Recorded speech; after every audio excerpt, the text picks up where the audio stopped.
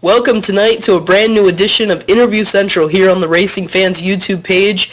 Tonight we sit down with David Calabrese to discuss his career best third in the NASCAR Whelen Southern Modified Tour Series at Langley Speedway last weekend. We'll also have our illustrious rapid fire session. That's all next, live on Interview Central. Good evening, David. How are you doing this fine Tuesday? Oh, we're doing good, man. Just working all day, you know how it is.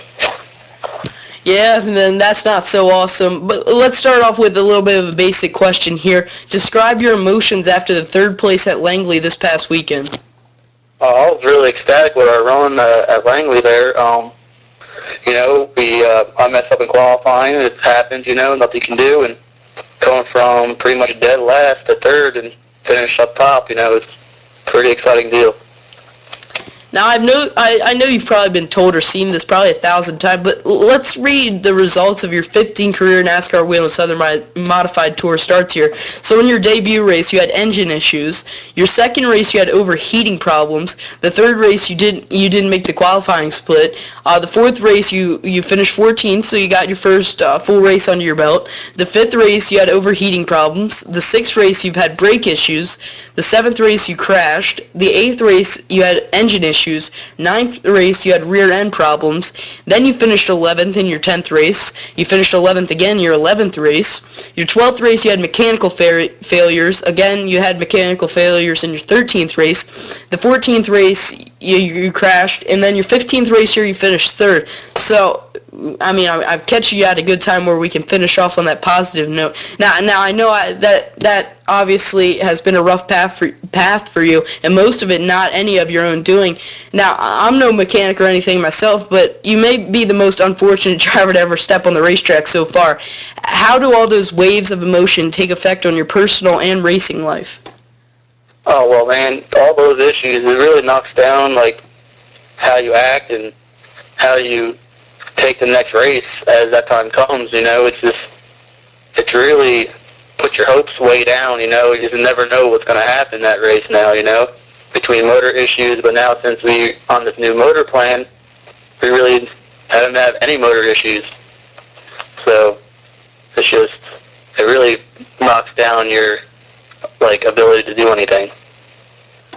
Now, I'm glad that I was able to finish off on the third place note there. Do you feel that finish last weekend at Langley is just a glimpse of what we can expect of you heading into the next few races and ultimately your entire career?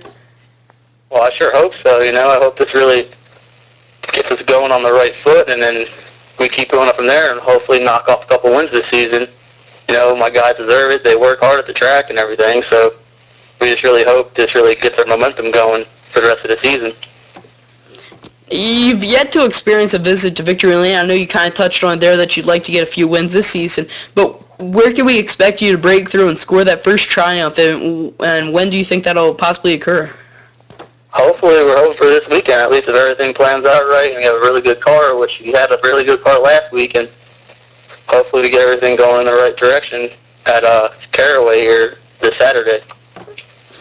Yeah. Kind of describe what it's like racing on an Easter weekend. Is that your first time, or have you had past racing experiences on Easter? Well, I've been racing go-karts nationally and locally for my whole life, so I've been gone away on Thanksgiving and times like that, so Easter weekend doesn't really affect me any, Right. Will you have any special family at the track this weekend, or will it just be like normal? Just be like normal. Just when normal guys coming with me, and they're taking time away from their families to come and work with me, and I appreciate all their help, and it's really awesome to have amazing guys like I do. Well, I hope the other competitions are listening to this, because you sure sound focused and determined. Now, are you planning to travel up north to compete in the NASCAR Whelen Modified Tour, or is that not in your scheduling this season? If it is, what races will you be competing in? Well, we go always up to Wall Speedway around Thanksgiving time, since I'm originally from New Jersey, and Wall Township's my home track where I started everything. But we're talking about Loudon, but we're still waiting on if we can find a sponsorship to go up that far, for a Northern Tour race, Yeah, Loudon's certainly a big event up there. And, I'll break into another question here. I know that there's been a recent hot topic in NASCAR. I think I've asked every driver now that I've had on the show, but do you wish or do you expect them and hope that they add lights to that speedway? Oh, yeah, that would be awesome to have modified underneath the lights there. Just everything looks better underneath the lights. Just how the lights hit the race cars, it looks like more exciting, Just brightens up the whole night of the racing. Now, you're only 21 years old, which is kind of young for the competition nowadays in the modified tours. You have a long road ahead of you. Do you imagine yourself staying loyal to the modified tour like Mike Stefan and Ted Christopher have, or are you hoping to advance in the higher ranks? I'm hoping to advance to higher ranks, but I will always keep it modified in my shop somewhere if I want to go run it some weekends and whatnot and take it out, maybe go to Bristol. If I make it up to higher ranks, I always like going to Bristol and the bigger races, but I'll always have a modified. What's your ultimate goal this season? Is it winning a race, a certain number of top fives, or finishing a certain spot in the driver's standings? Well, I always want to be at least top five in the point standings, and I would at least want to, knock off a lot of wins. I just want to be hanging out, just points racing all season long. It's always nice to get a win underneath your belt. All right, now it's time to move into, our fun section, if you will. You ready to have some fun? Oh, yeah. Okay, so first we'll have our rapid fire session like I alluded to earlier. Basically, I ask you a few questions and you respond with which one you prefer. Sound good? Sounds good. All right, let's get going. Apple or Microsoft? Apple. SpongeBob or Patrick? Oh, SpongeBob, of course. Wolves or donkeys? Donkeys, man. Country or city? Country. Danica or Ricky? Ricky. Oh, so that makes it 3-0. All three of you guys. Andy Seiss. Wait, did you say Ricky? Oh yeah, I said Ricky. Oh, good Lord, that makes it 2-1. I almost jumped the gun there. So Andy and Justin both agree on Danica, and now David's gonna hop in here and select Ricky. Well, I'll have to ask that one every time and see how many people we can get. Any reason you prefer Ricky over Danica? Because at one race, and he picked the throttle back up and tanked her, ran right into her door. All right, if you could visit a racetrack this season, which tracks are you going to visit this season where we can expect to see it at a NASCAR race? I'll probably go to Charlotte, of course. It's right in my hometown. I'm out of Mooresville, so of course Charlotte. And I don't know, it's usually just only Charlotte I go to. I'm always so busy between my race season, so it's only time I get to go to a racetrack. Right. Have you heard about this Gene Haas Formula One expansion? If so, give me your take on the whole ordeal, and do you think that this will possibly play out and succeed for him?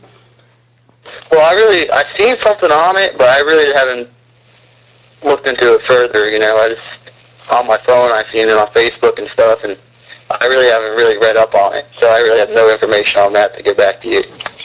Right. Now, I guess that'll open up another discussion here that I could possibly hit on. Would you ever be open to running in, that's a nice, open to running an open wheel, would you ever be open to running in the open wheel series, or are you strictly stock car? I'm willing to race anything I can get myself into, I'm one of those drivers that will be willing to drive anything, no matter about the motor or whatever's in it. Now, if you could travel anywhere, where would it be and why? Where would it be? I don't know. I've never been outside the country before, so I guess I'll say, like, Bermuda or something. Oh, man, we got someone that wants to go to Bermuda. Now, that kind of leads me into another question here. You have a cool last name, Calabrese. Am I even know where your family's origin is? It's Caraway, I think it is, and in Italy. My family's originally from. Okay, so... You're saying my last name right, too, also. Yeah, so you and Justin Monsignor both have that heritage from Italy, so that's kind of a connection. Now, what if in 2028, since that's the year that you'd be able to run for president, what would be the first thing you'd change and why? First thing I'll change? Oh, man, that's a really sore subject, I guess. I don't really know what I would change. Probably the gun laws, because they're getting out of hand, you know, like all the stuff they're trying to do and take them away. So are you a hunter yourself? I used to hunt, but since racing and all that, I really have no time. Right. Now, what driver or drivers have you been compared to, basing it off your racing techniques and your attitude? What was that again? Sorry.